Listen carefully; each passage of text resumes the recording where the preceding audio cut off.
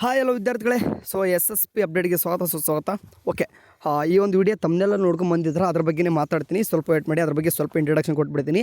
S S P ನೋಡಿ, ಈಗ ತುಂಬ ತುಂಬ ಅಪ್ಡೇಟ್ಸ್ ಅನ್ನೋ ಬದಲು ಏನಂತಂದರೆ ಆ ಒಂದು ವೆಬ್ಸೈಟ್ಗಳೇನಪ್ಪ ಅಂದರೆ ತುಂಬ ಚೇಂಜಸ್ಗಳು ಮಾಡ್ಕೊಂಡಿದ್ದಾರೆ. ಸೊ ಅವ್ರಿಗೆ ಯಾಕಂತಂದರೆ ಟೆಕ್ನಿಕಲಿ ಭಾಳಷ್ಟುಗಳು ಸಮಸ್ಯೆ ಆಗ್ತಿರೋ ಕಾರಣ ವೆಬ್ಸೈಟ್ಗಳನ್ನ ಏನು ಮಾಡ್ತಾರೆ, ಡಿಸೈನಾಗಿ ಮಾಡ್ತಿದ್ದಾರೆ. ಆ್ಯಂಡ್ ಆಲ್ಮೋಸ್ಟ್ ಎಲ್ಲ ವರ್ಕನ್ನು ಕೂಡ ಏನು ಮಾಡ್ತಿದ್ದಾರೆ ಅಂತಂದರೆ ಆನ್ಲೈನ್ನೇ ತಂದಿಡ್ತಿದ್ದಾರೆ. ಸೊ ಕೆಲವೊಂದು ಟೈಮ್ ನಮ್ಗೆ ಏನಾಕಿತ್ತು ಅಂತಂದರೆ ಕೆಲವೊಂದಿಷ್ಟು ಏನಾದರೂ ಚೇಂಜಸ್ ಮಾಡ್ಲಿಕ್ಕೆ ಹೋದಾಗ ಆ ಕಡೆ ಈ ಕಡೆ ಓಡಾಡ್ತಿದ್ವಿ. ಬಟ್ ಈಗ ಎಲ್ಲನೂ ಕೂಡ ಆನ್ಲೈನೇ ತರ್ತಿದ್ದಾರೆ. ಒಳ್ಳೆ ಕೆಲಸ. ಸ್ವಲ್ಪ ಅದನ್ನ ಆದಷ್ಟು ಬೇಗ ತರಲಿ ಅಂತ ಒಂದು ಉದ್ದೇಶ. ಯಾಕಂದರೆ ಇಡೀ ಕರ್ನಾಟಕದ ಸ್ಟೂಡೆಂಟ್ ಎಲ್ಲನೂ ಕೂಡ ಭಾಳಷ್ಟು ಟೈಮು ಎಸ್ ಎಸ್ ಪಿ ವೆಬ್ಸೈಟ್ಗೆ ವಿಸಿಟ್ ಕೊಡ್ತಿರ್ತಾರೆ. ತಮ್ಮ ಸ್ಟೇಟಸ್ ಚೆಕ್ ಮಾಡೋದಾಯ್ತು ಅಥವಾ ಏನೇ ಇನ್ನಿತರ ಬೇರೆ ಕೆಲಸಕ್ಕೆ ಬರ್ತಿರ್ತಾರೆ, ಅಪ್ಲೈ ಮಾಡ್ಲಿಕ್ಕಾದರೂ ಬರ್ತಿರ್ತಾರೆ. ಸೊ ಏನಾದರೂ ಓಕೆ, ಬೇರೆಯವ್ರದಾದರೂ ಏನಾದರೂ ಸ್ಟೇಟಸ್ ನೋಡ್ಲಿಕ್ಕೆ ಆಯ್ತಾದರೂ ಏನಾದರೂ ನೋಡ್ಲಿಕ್ಕೆ ಬರ್ತಾಯಿದ್ದಾರೆ. ಬಟ್ ಆ ಟೈಮ್ ಒಳಗೆ ಭಾಳಷ್ಟು ಎರರ್ಗಳು ಕಾಣಿಸ್ತಿದೆ, ಇತ್ತೀಚೆಗಂತೂ ಭಾಳಷ್ಟು ಕಾಣಿಸ್ತಿದೆ. ಸೊ ಆದಷ್ಟು ಬೇಗನೆ ಇದು ಸಾಲ್ವ್ ಮಾಡಲಿ. ಸರಿ, ಈಗ ವಿಷಯಕ್ಕೆ ಬರ್ತೀನಿ. ಈಗ ಎಸ್ ಎಸ್ ಪಿ ಅಪ್ಲಿಕೇಶನ್ ಅಂತೂ ಈ ಡೇಟ್ ಅಂದರೆ ಎಕ್ಸ್ಟೆಂಡ್ ಆಗಿದೆ. ಓಕೆ, ಜನವರಿ 30 ಕೂಡ ನೀವು ಏನು ಮಾಡ್ತಾರೆ, 31 ಕೂಡ ಅಪ್ಲಿಕೇಶನ್ ಹಾಕ್ಬೋದು, ಯಾರು ಪೋಸ್ಟ್ ಮೆಟ್ರಿಕ್ ಅವರು. ಈಗ ಅಪ್ಲೈ ಮಾಡುವಾಗ ಏನಾಗ್ತಿದೆ ಅಂತಂದರೆ ಇನ್ನೂ ಕೂಡ ಕೆಲವೊಂದಿಷ್ಟು ಹುಡುಗರೆ ಫಸ್ಟ್ ಸ್ಟೆಪ್ ಅಂತೂ ಎಲ್ಲರೂ ಕೂಡ ಆರಾಮಾಗಿ ಆಗ್ತೀರಾ. ನಿಮ್ಮ ಎಲ್ಲನೂ ಕೂಡ ಡೀಟೇಲ್ಸ್, ಪರ್ಸನಲ್ ಡೀಟೇಲ್ಸ್ಗಳೆಲ್ಲನೂ ಕೂಡ ನಿಮ್ಮದು ಯಾವ ಊರು, ಎಂಥ ಅಡ್ರೆಸ್ಸು ಎಲ್ಲನೂ ಕೂಡ ಹಾಕ್ಕೊಂಡು ಕ್ಯಾಸ್ಟು ಕೂಡ ಎಲ್ಲನೂ ಕೂಡ ಹಾಕ್ಕೊಂತೀರ, ಅದೇನು ಸಮಸ್ಯೆ ಬರಲ್ಲ. ಎರಡನೇ ಸ್ಟೆಪ್ ಬಂದಾಗ ಅಕಾಡೆಮಿಕ್ ಇಯರ್ ಅಥವಾ ಅಂದರೆ ನೀವು ಇನ್ಸ್ಟಿಟ್ಯೂಟಲ್ಲಿ ಕಲಿತಕ್ಕಂಥ ಅಂತ ಡೀಟೇಲ್ಸ್ಗಳು ಬಂದಾಗ ನಿಮ್ಗೆ ಯಾವ ರೀತಿ ಬರುತ್ತೆ ಅಂದರೆ ತೋರಿಸ್ತೀನಿ ಬೇಕಾದ್ರೆ. ಎಕ್ಸಾಂಪಲ್ಗೆ ಈ ರೀತಿ ನಿಮಗೆ ಬಂದೇ ಇರ್ತದೆ. ಓಕೆ, ಈಸಿಯಾಗಿ ನೋಡಿರ್ತೀವಿ ಸರ್ವಸಾಮಾನ್ಯವಾಗಿ. ಈ ರೀತಿ ಓದ್ತಿ ನೋಡಿರ್ಬೇಕಾದ್ರೆ ನೀವು ನಮೂದಿಸುತ್ತಿರುವ ನೋಂದಣಿ ಸಂಖ್ಯೆ ಅಥವಾ ರಿಜಿಸ್ಟರ್ ನಂಬರ್ಗೆ ಸಂಬಂಧಿಸಿದ ಶೈಕ್ಷಣಿಕ ಮಾಹಿತಿಯನ್ನು ನಿಮ್ಮ ವಿಶ್ವವಿದ್ಯಾಲಯ ಅಥವಾ ಬೋರ್ಡು ಅಥವಾ UUCMS ನವರು SSPU ಯುನಿಡೇಟಾದಲ್ಲಿ ಒದಗಿಸಿರುವುದಿಲ್ಲ. ಅಂತಂದರೆ ಈ ಒಂದು ನಿಮ್ಗೆ ಏನಪ್ಪ ಅಂದರೆ ಆಲ್ರೆಡಿ ಏನಪ್ಪ ಆಗಿದೆ ಅಂತಂದರೆ ನಿಮಗೆ ರಿಜಿಸ್ಟ್ರೇಷನ್ ನಂಬರ್ ಕೊಟ್ಟಿದ್ದಾರೆ. ಓಕೆ, ಕಾಲೇಜವರು ಕೂಡ ಕೊಟ್ಟಿದ್ದಾರೆ.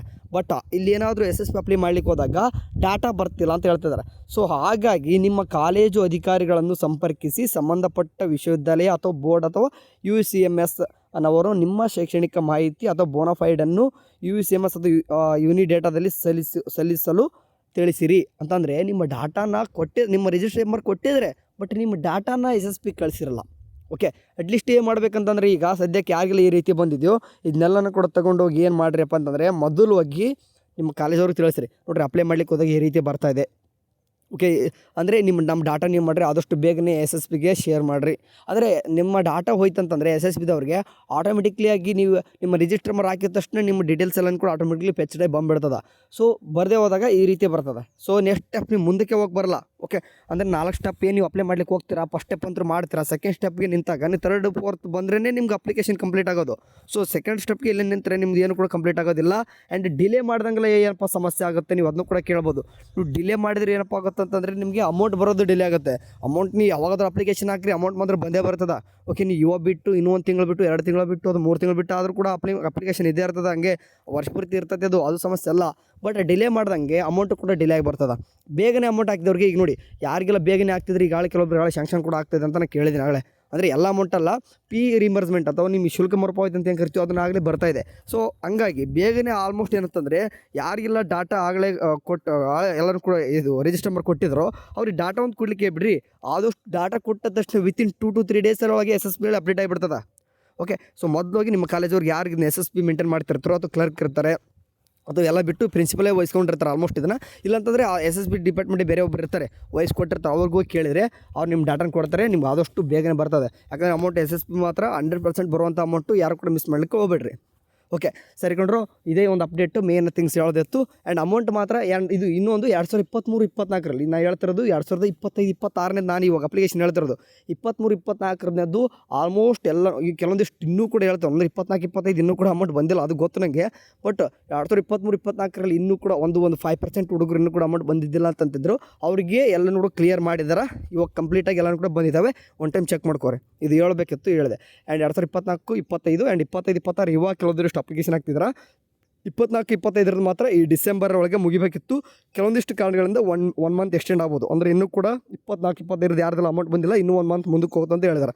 2025-26 ಕೂಡ ಬರ್ತಾರೆ. ಡಿಲೇ ಆಗ್ಬೋದು ಕೆಲವೊಂದಿಷ್ಟು ಹುಡುಗರಿಗೆ. ಯಾಕಂದರೆ ಡಿಲೇ ಅಪ್ಲೈ ಮಾಡಿ ಯಾರೆಲ್ಲ ಅಪ್ಲೈ ಮಾಡಿರ್ತಾರೆ ಅವ್ರಿಗೆ ಡಿಲೇ ಆಗುತ್ತೆ. ಇಲ್ಲ ನಾ ಇವನು ಜಲ್ದಿನೇ ಹಾಕಿದ್ದೆ ಅಪ್ಲಿಕೇಶನ್ ಅಂತಂದರೆ ಅಮೌಂಟು SSPಗೆ ನಿಮ್ಗೆ ಗೊತ್ತಿರುವ ಬಗ್ಗೆ ಕರ್ನಾಟಕ ರಾಜ್ಯದಲ್ಲಿ ಎಷ್ಟು ಅವ್ರಿಗೆ ಹಣ ಸಮಸ್ಯೆ ಇದೆ ಅಂತ ನಮಗೆಲ್ಲರೂ ಕೂಡ ಗೊತ್ತಿದೆ.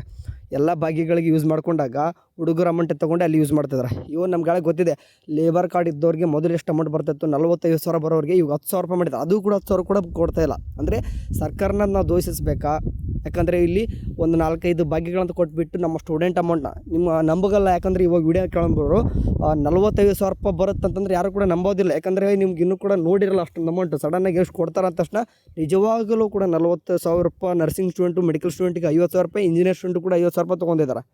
ಓಕೆ, ಯಾಕೆ ತೊಗೊಂಡ್ರು? ಅವಾಗ ಈ ರೀತಿ ಭಾಗ್ಯಗಳಿದ್ದಿದ್ದಿಲ್ಲ, ಕೊಡ್ತಾಯಿದ್ರು. ಇವಾಗ ಎಲ್ಲ ಸ್ಟೂಡೆಂಟ್ ಅಮೌಂಟ್ನ ಅಲ್ಲಿ ಯೂಸ್ ಮಾಡ್ಕೊತಿದ್ದಾರೆ.